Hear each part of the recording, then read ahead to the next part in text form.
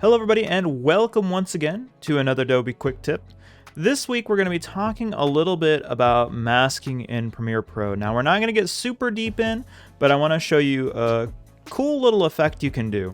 Now here I have some footage of myself that is for a course that I'm teaching, and I also have some footage of a little TV here. And what I want to do is I want to make this footage look like it's on the TV. So what I'm going to do is I'm going to mask out this area in the middle of the TV to make it look like my footage is showing through. To do so, all I have to do, I'm going to select my photo here of my TV. Here in Opacity, there is an option for a mask, and I can either create a circle, a square, or a free draw. And I'm going to do a free draw here. And to start off, I'm just going to get it roughly. Now, with the old TV like this, there's a bit of curvature at the corners, but I'm just going to try to get a rough box shape here. And then close that out. And then, it looks like it messed up everything because what it's doing is it's actually showing only what's selected here. So what I'm going to do, really easy thing, I'm going to invert that.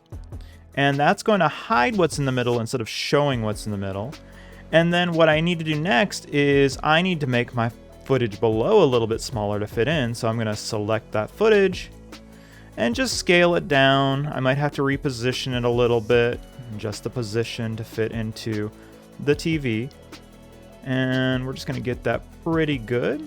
And we can see that when I did that mask, it wasn't perfect. That's okay. There's nothing wrong with that. We can fix that up right now, because all we have to do once we get our footage sized in there and we can sort of see what it looks like, we can click back on that photo layer, we can go back to our mask here, and then we can actually add some points in here. If I just click on the line, I can add a point, and that's going to help me add that curvature. So I'm going to add a couple of points in here just to help me curve that line a little bit to get it to fit. Now again, if I were doing this for real, I would probably take a lot more time. Well, I would take a lot more time to get these points exactly right, but we're gonna call it good enough for theater here.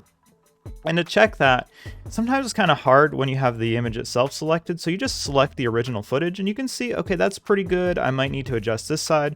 So again, you just click on it, go back to mask, adjust the points a little bit, and I'm probably gonna add one more down in this corner. And even with that, there we go. That's pretty good right there. So it looks nice. And if I hit play, it looks a little bit like this.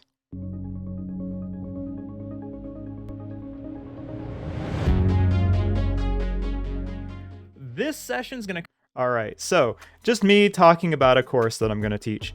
Now with this, it does look a little fake. So I want to show you one more trick that's going to help you on your way here. So what I'm going to do is I'm going to select this photo layer. I'm going to copy. I'm just doing Control C if you're on a Mac, Command C. I'm going to scrub my playhead way over here, paste. Then I'm going to drag that layer right up over top. So now I just have two of the same layer on top of each other. Remember earlier we did that invert, right?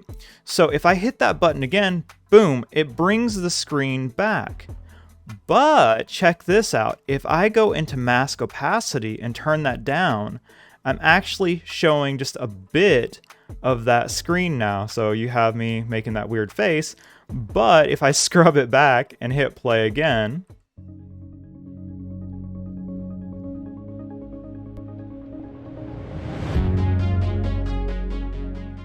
this session's going to cover one of my...